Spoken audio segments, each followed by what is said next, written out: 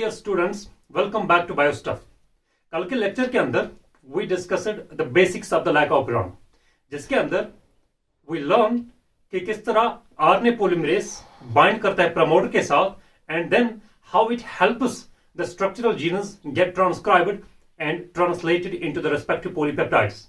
हमने देखा कि लैक जेड से जो बीटा गैलेक्टोसाइडेज बनता है उसका क्या काम है, लैक परमिनेज का क्या काम है एंड ट्रांस एसिटाइलेज का क्या काम है। In this video firstly we will discuss about the lac repressor. कुछ पॉइंट्स हैं, कुछ कैरेक्टर्स हैं लैक रिप्रेसर के, we will discuss that and then we will discuss the rest of the things. So coming on to the lac repressor. Lac repressor, first of all you have to remember it is encoded by a gene known as LAC-I gene. So this is the LAC-I gene. It will first of all make a transcript.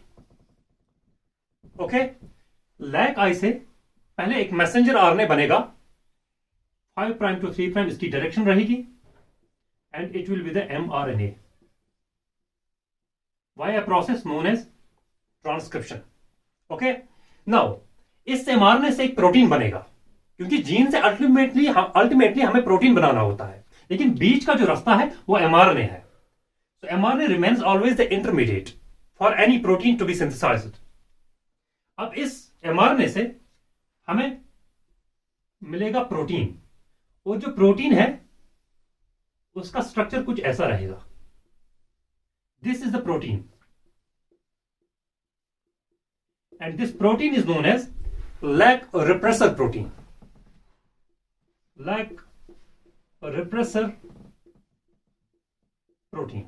Okay, now why I draw this repressor like this, why I represented the repressor like this, because जो lack repressor होता है, ये जो protein है, it is composed of four similar polypeptides. 4 similar सब units का बना होता है लैक रिप्रेसर. ठीक है, एंड लैक रिप्रेसर जो है it's a homotetramer. So it is a homotetramer because it's composed of 4 subunits, 1, 2, 3 and 4. Lack repressor का काम क्या है? लैक रिप्रेसर का काम होता है always to bind on to the operator. ये जो लैक रिप्रेसर है ये हमेशा इस ऑपरेटर के साथ बाइंड करता है. इस पे जब ये बैठेगा, यहां से आरएनए पॉलीमरेज आगे नहीं मूव कर सकता. What does that mean? अगर मैं आपको यहां दिखा दूं, आप मान लो कि ये लैक रिप्रेसर है. मैंने इसको यहां रेड कलर में दिखाया, लेकिन एज्यूम कि ये लैक रिप्रेसर है. ये जो रिप्रेसर है ये ऑपरेटर के साथ बाइंड करता है. इसकी वजह से होगा क्या कि आरएनए पॉलीमरेज प्रमोटर पे बैठ तो सकता है. अगर ये आरएनए पॉलीमरेज है, ये प्रमोटर के साथ अटैच हो सकता है, but this RNA polymerase can not move forward to transcribe the structural genes, क्योंकि सामने रिप्रेसर बैठा है. सो काम की बात यह है कि repressor always prevents the transcription of the structural genes. You have to remember this. So it prevents, इस तरह मैं दिखा सकूं, इसका मतलब होता है inhibition. It prevents transcription of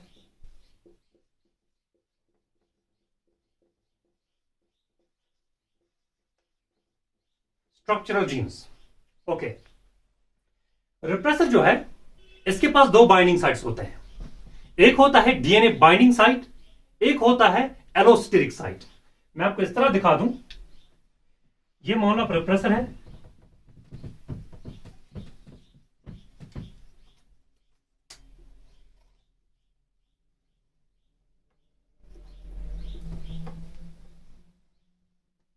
ये है लैक रिप्रेसर. लैक रिप्रेसर के पास 2 बाइंडिंग साइट्स होते हैं. एक जो बाइंडिंग साइट है, ये पॉकेट एंड ये pocket, it's called as allosteric site.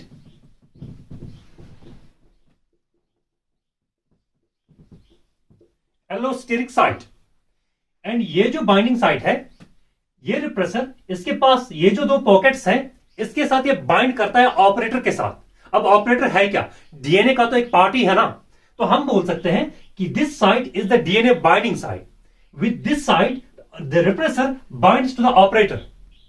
So this site is called as DNA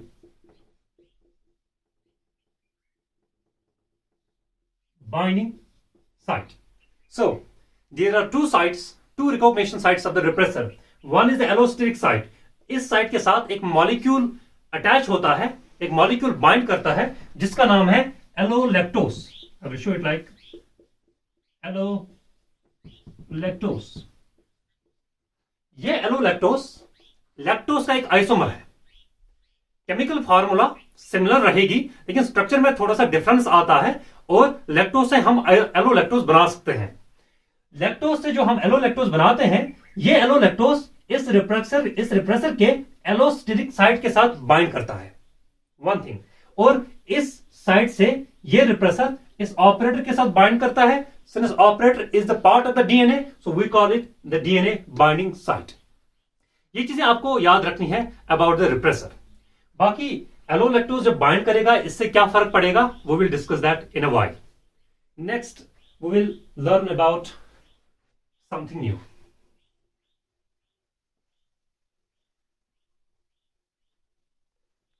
How to erase this as well so that we can spare some space.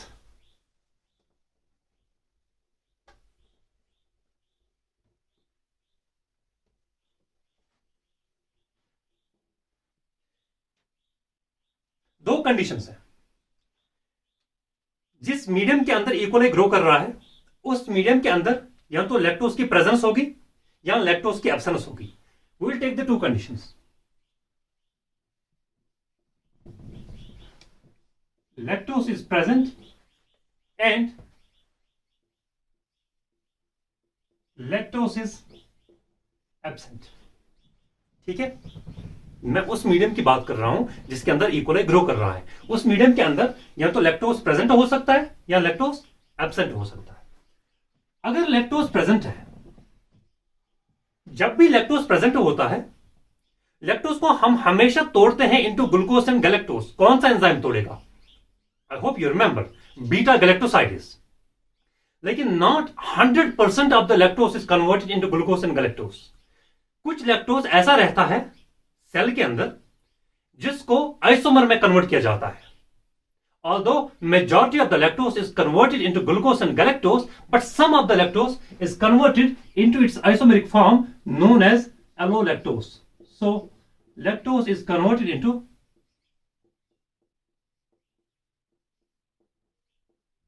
एलोलैक्टोस. एलोलैक्टोस का काम क्या है? अभी मैंने आपको बताया. एलोलैक्टोस का काम होता है रिप्रेसर की एलोस्टेरिक साइट के साथ बाइंड करना. Okay, so this allolactose it binds to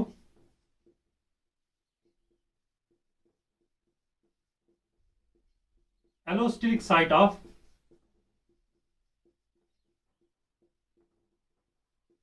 repressor. Repressor के साथ जब एलोलैक्टोज बाइंड करता है, आई विल शो इट.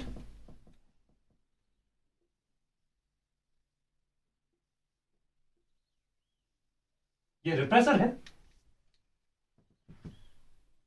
ये मान लो आप लैक्टोज का मॉलिक्यूल है.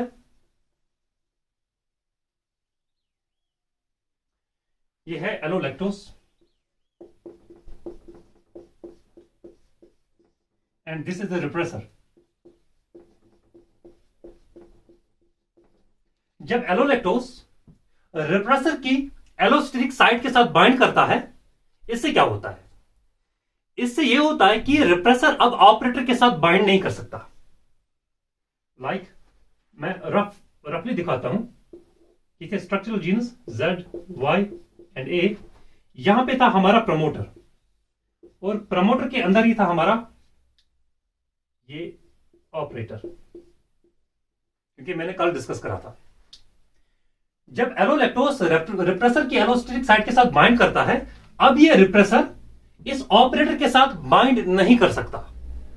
या तो ऐसा होगा या फिर दूसरा सिनेरियो डेवलप हो सकता है कि अगर मान लो रिप्रेसर ऑलरेडी बाइंड है, रिप्रेसर ऑलरेडी बाउंड है विद द ऑपरेटर, अगर फिर एलोलैक्टोस ने इस रिप्रेसर के साथ बाइंड किया, तब इस रिप्रेसर को यह ऑपरेटर से हटा देता है. दो ही कंडीशन है. अगर रिप्रेसर फ्री है, एलो लैक्टोज की बाइंडिंग की वजह से ये रिप्रेसर ऑपरेटर के साथ बाइंड नहीं कर सकता। दूसरी कंडीशन, अगर रिप्रेसर ऑलरेडी बाउंड है to the operator, allo lactose की बाइंडिंग की वजह से इस रिप्रेसर की डिटैचमेंट होती है फ्रॉम द ऑपरेटर। काम की बात क्या है? काम की बात यह है ताकि आरएनए पॉलीमरेज इस प्रमोटर पे आ सकता है and it can transcribe the structural genes, क्योंकि रिप्रेसर को तो हमने हटाया due to the binding of yellow lactose.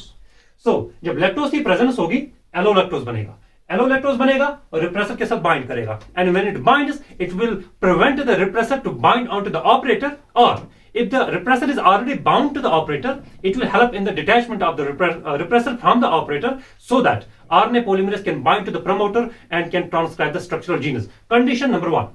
Condition number 2, if lactose is absent. I will erase it.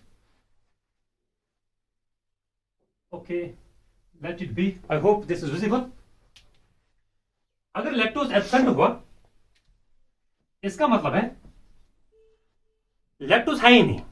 अगर लैक्टोज है ही नहीं तो एलो लैक्टोज भी नहीं बन सकता, क्योंकि allo lactose is the isomer of lactose. If there is no lactose, there is no allo lactose. No allo lactose. अब जब एलो लैक्टोज है ही नहीं, क्या इस एलोस्टेरिक साइट के साथ एलो लैक्टोज बाइंड कर सकता है? अब नो। क्यों? क्योंकि है ही नहीं एलो लैक्टोज। इससे क्या होगा? इससे यह होगा, अगर रिप्रेसर फ्री है इस वक्त ये ऑपरेटर के साथ बाइंड कर सकता है इधर, या अगर ये ऑलरेडी बाउंड है ऑपरेटर के साथ तो इसको कोई हटाने वाला है ही नहीं, क्योंकि हटाने वाली चीज कौन थी? Allo lactose. वो तो अभी मौजूद ही नहीं है। So repressor will remain attached with the operator. इससे क्या होगा? जब यहां पे रिप्रेसर रहेगा ऑपरेटर के ऊपर, आरएनए पॉलीमरेज तो प्रमोटर के साथ बाइंड कर सकता है, but it can not move forward and can transcribe the structural genus. इसका मतलब है इस कंडीशन में ट्रांसक्रिप्शन नहीं होगी। So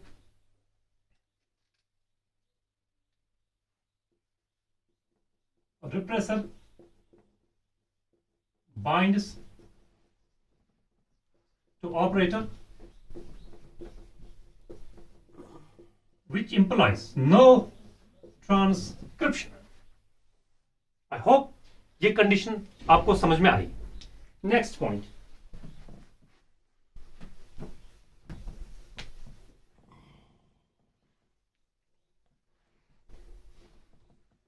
before I will take the activator, एक पॉइंट जो कि बहुत इंपॉर्टेंट है, मैं आपको बताना चाहता हूं अबाउट द रिप्रेसर। रिप्रेसर जो होता है इसको हम कहते हैं trans acting regulatory protein.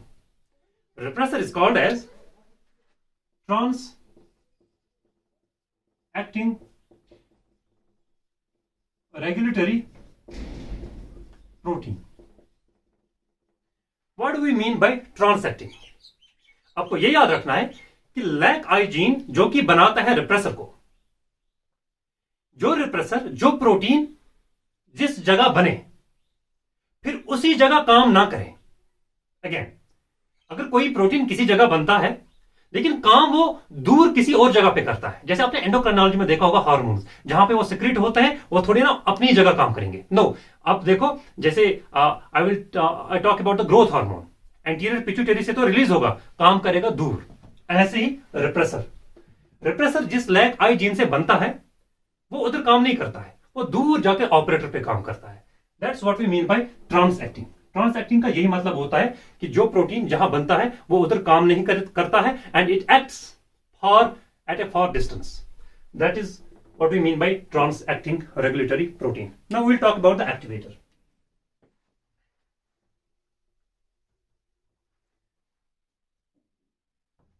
Activator,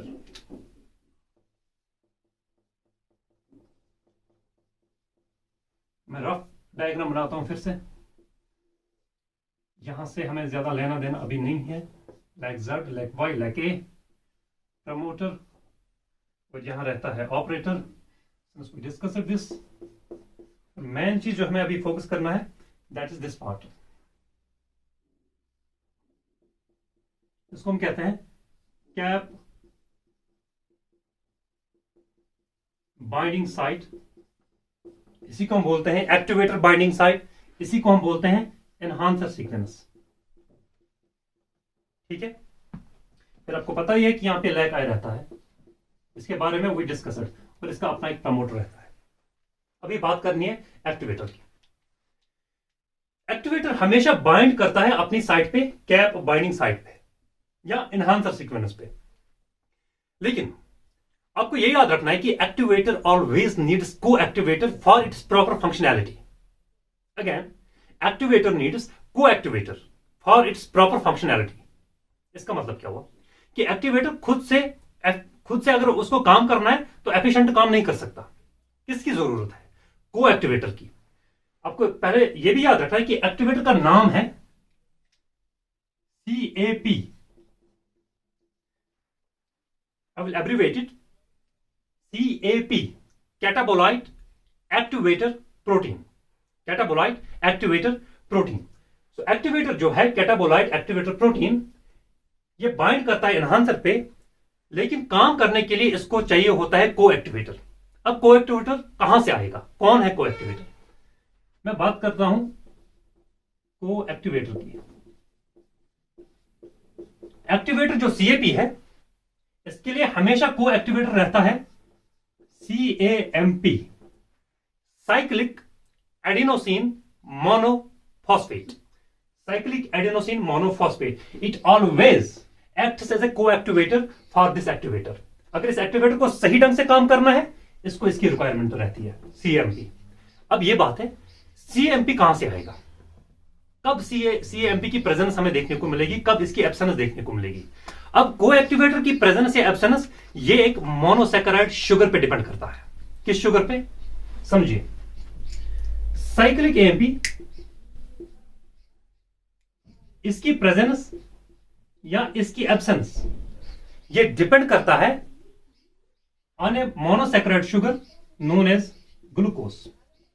ठीक है, साइक्लिक AMP रहेगा या ना रहेगा, it depends on the presence of glucose और एब्सेंस ऑफ ग्लूकोज मॉलिक्यूल। किस तरह की रिलेशन है? Let's try to understand that. आपको यह याद रखना है, अगर मीडियम के अंदर इकोलाई जिस मीडियम के अंदर ग्रो कर रहा है, अगर उसके अंदर ग्लूकोज प्रेजेंट है,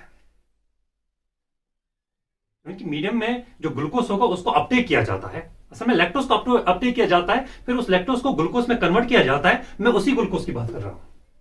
अगर ग्लूकोज प्रेजेंट है इनसाइड द इकोलाई सेल, इससे क्या होता है, जब भी glucose inside the cell present रहता है, इसकी वजह से एक एंजाइम की इनहिबिशन हो जाती है।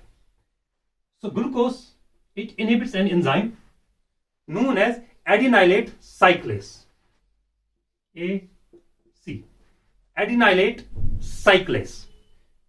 जब भी ग्लूकोज होगा, एडिनाइलेट साइक्लेस काम नहीं कर सकता। अब हमें यह समझना है कि एडिनाइलेट साइक्लेस का काम क्या है।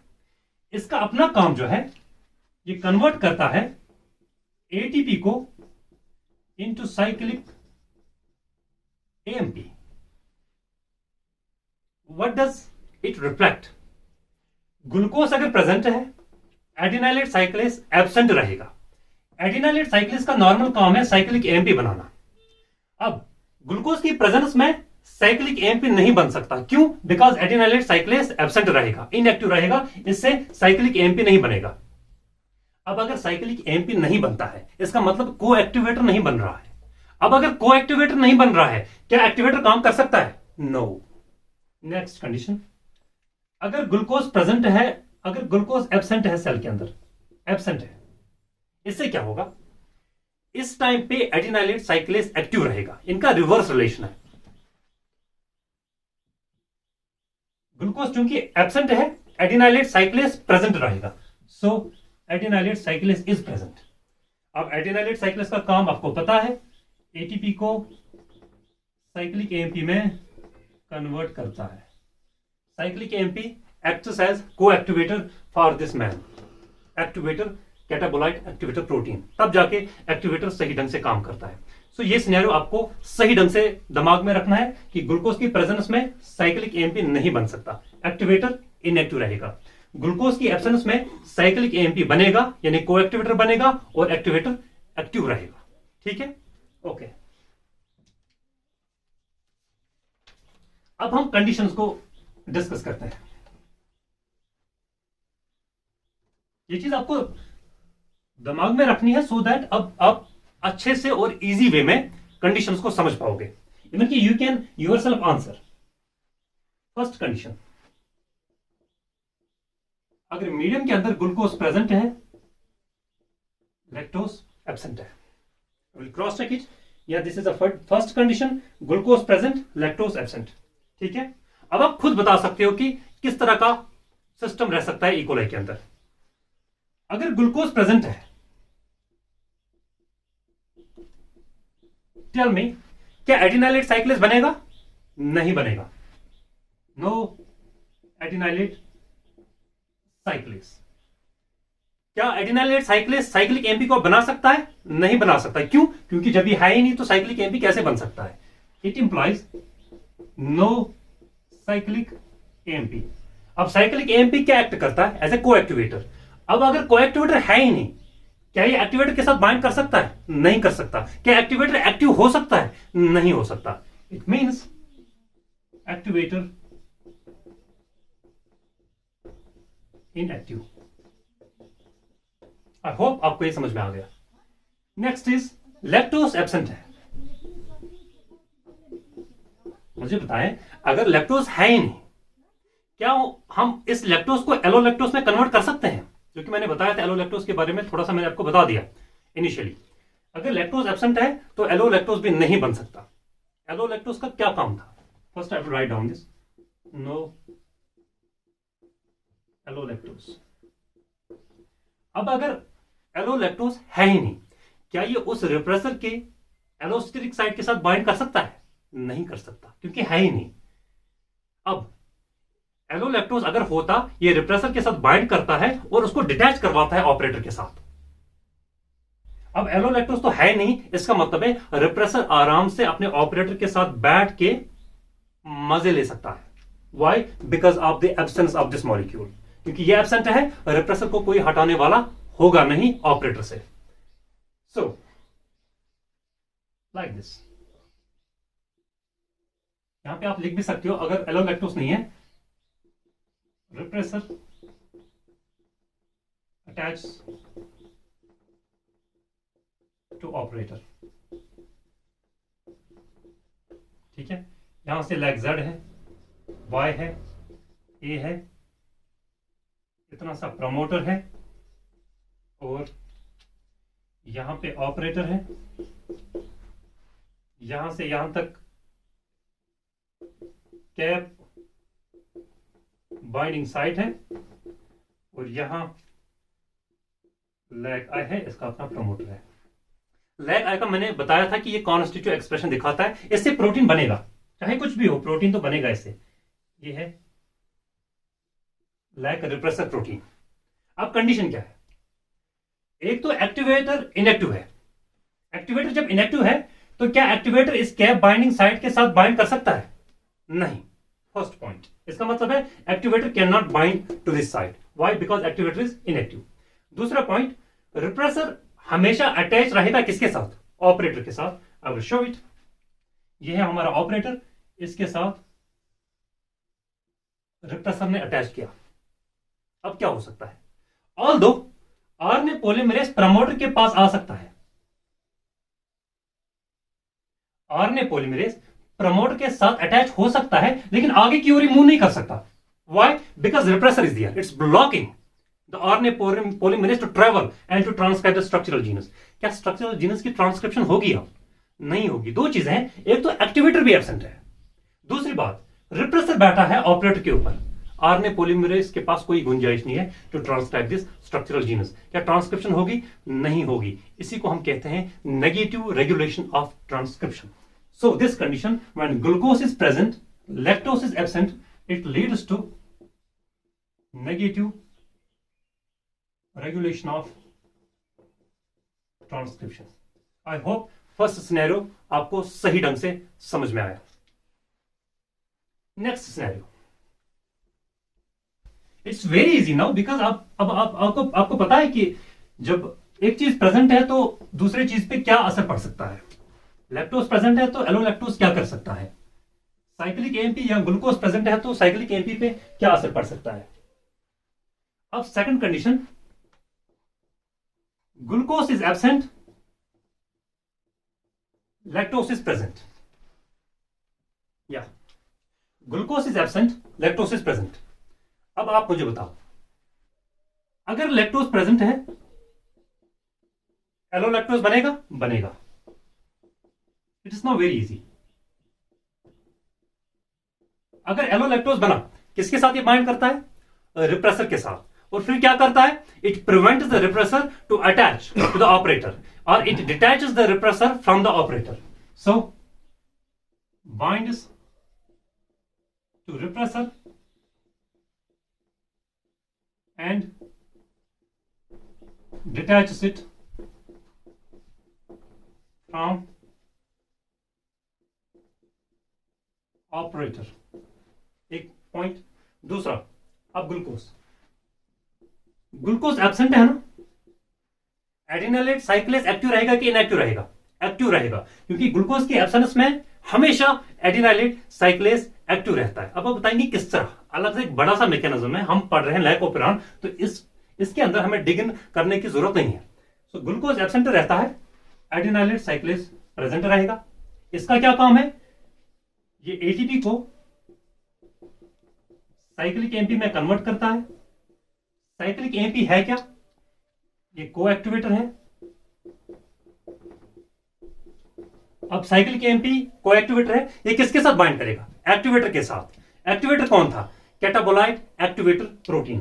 सो this cyclic AMP, now like this is the cyclic AMP, it will attach with the coactivator. So this is cyclic AMP, this is the coactivator, and this is catabolite activator protein. So this is the activator and this is the coactivator. Now this becomes active. अब ये activator active है. क्यों? क्योंकि इसके साथ अपना जोड़ा है साइक्लिक एमपी. अब काम क्या करेगा एक्टिवेटर? ये एक्टिवेटर किसके साथ बाइंड करता है? रफली I will draw just in a quick second.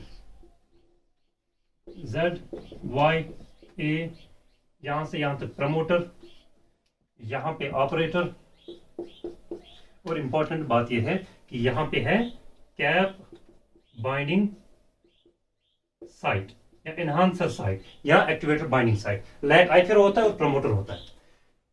अभी देखो, एक तो रिप्रेसर डिटैच हुआ फ्रॉम ऑपरेटर. इसका मतलब है इस ऑपरेटर के साथ जो रिप्रेसर जुड़ा हुआ था वो डिटैच हो गया, हट गया यहां ऑपरेटर से.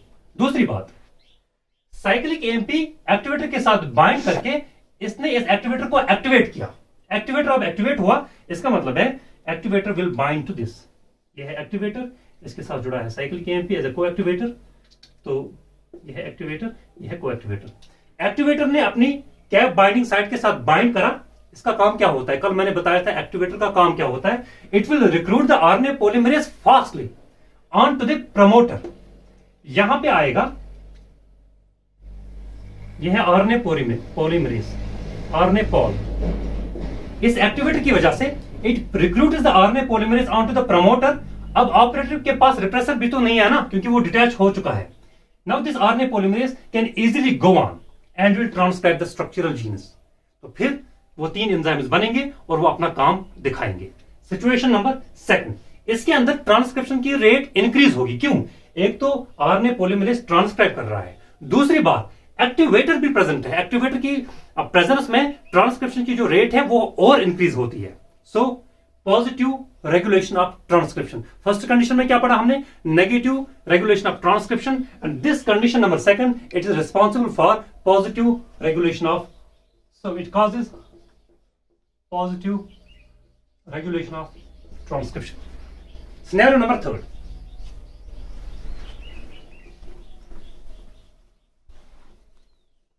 It all will make sense once we are done with the whole concept. And इसके रिलेटेड जितने भी क्वेश्चंस आए हैं we will discuss that. And I assure you कि आप खुद से करेंगे. मैं आपको क्वेश्चंस लेके आऊंगा and you will solve them. Condition number 3, glucose is present, lactose is present. Important condition है. सीएसआर के अंदर सेक्शन सी के अंदर इसके रिलेटेड क्वेश्चन आ चुका है. देखो क्या होगा. लैक्टोज प्रेजेंट है. अब आप खुद बता सकते हो मुझे लगता है कि मुझे लिखने की जरूरत नहीं है, क्योंकि अब सिमिलर चीजें हैं। लैक्टोज प्रेजेंट होगा, एलोलैक्टोज बनेगा। जब एलोलैक्टोज बनेगा, ये रिप्रेसर के साथ बाइंड करेगा और रिप्रेसर को हटाएगा कहां से? ऑपरेटर से।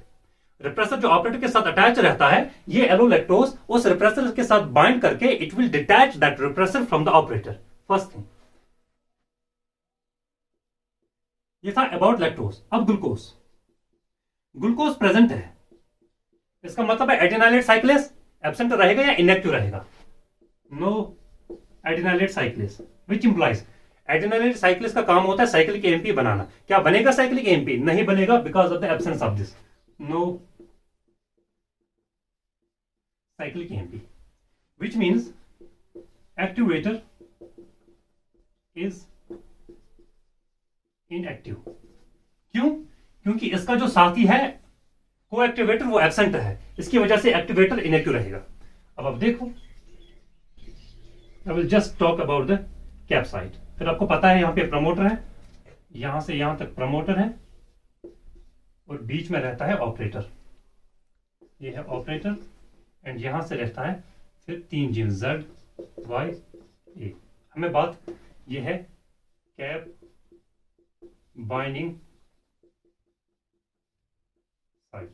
देखो, एलोलैक्टोज प्रेजेंट है, it will bind to the repressor और इस ऑपरेटर से, ये है ना ऑपरेटर, इस ऑपरेटर से उस रिप्रेसर को हटाएगा। अब आपको यह एज्यूम करना है कि इस ऑपरेटर के पास कोई रिप्रेसर नहीं बैठा हुआ है। फर्स्ट थिंग, साइक्लिक एएमपी नहीं बना, कोई एक्टिवेटर नहीं बना, इसका मतलब है एक्टिवेटर इनएक्टिव रहेगा। क्या एक्टिवेटर इसके पास बाइंड कर सकता है कैप बाइंडिंग साइट पे? नो, क्योंकि वो इनएक्टिव है because of the absence of को एक्टिवेटर। इसका मतलब है इस साइट पे कोई एक्टिवेटर बाइंड नहीं करेगा। लेकिन आरएनए पॉलीमरेज नॉर्मली प्रमोटर पे बाइंड करके इन जीन्स को ट्रांसक्राइब कर सकता है, क्योंकि रिप्रेसर भी ऑलरेडी डिटैच हो चुका है। व्हाई? बिकॉज एलोलैक्टोज की वजह से। अब दो चीजें हैं कि एक्टिवेटर एब्सेंट है, लेकिन आरएनए पॉलीमरेज यहां से इन जीन्स को ट्रांसक्राइब कर सकता है। इसका मतलब क्या हुआ? किस तरह की ट्रांसक्रिप्शन होगी? It will lead to the basal level of transcription. So क्या होगा? Basal level of transcription. क्यों बेसल लेवल ऑफ ट्रांसक्रिप्शन? इसलिए क्योंकि एक्टिवेटर की एब्सेंस है, लेकिन आरएनए पॉलीमरेज बाइंड कर सकता है, it can transcribe these structural genus. मैंने आपको कल बताया था कि लैक प्रमोटर जो है लैक ऑपरेंड का, ये बहुत वीक होता है। एक्टिवेटर अगर प्रेजेंट होता तो आरएनए पॉलीमरेज जल्दी रिक्रूट हो जाता है। अभी एक्टिवेटर एब्सेंट है तो आरएनए पॉलीमरेज वो ना स्लगिश वे में आ सकता है, प्रमोटर के साथ बाइंड कर सकता है, इन जीन्स को ट्रांसक्राइब भी कर सकता है, लेकिन उतनी तेजी से नहीं हो सकता है। So it is called as basal level of transcription. I think कि this video is already, I think, about going about 30-35 minutes. I won't love to stretch this video. तो एक कंडीशन अब बचती है, कंडीशन नंबर 4, और इस case के अंदर हमें एक स्पेशल केस पढ़ना है, डायऑक्सिक ग्रोथ। ठीक है, 4th कंडीशन जो है, 4th सिनेरियो हम कल पढ़ेंगे दूसरे लेक्चर में। अभी तक अगर आपको समझ में आया तो अच्छी बात है। अगर किसी जगह आपको कोई कंफ्यूजन है, be feel free to ask me in the comment section. ठीक है, और मिलते हैं नेक्स्ट वीडियो में। तब तक के लिए गुड बाय। एंड मेरी मैसेज हमेशा यही रहेगी कि like, subscribe and share the channel to your friends. ठीक है, ताकि वो भी बेनिफिट हासिल कर सकें। तो मिलते हैं नेक्स्ट वीडियो में with the 4 condition. Till then good bye.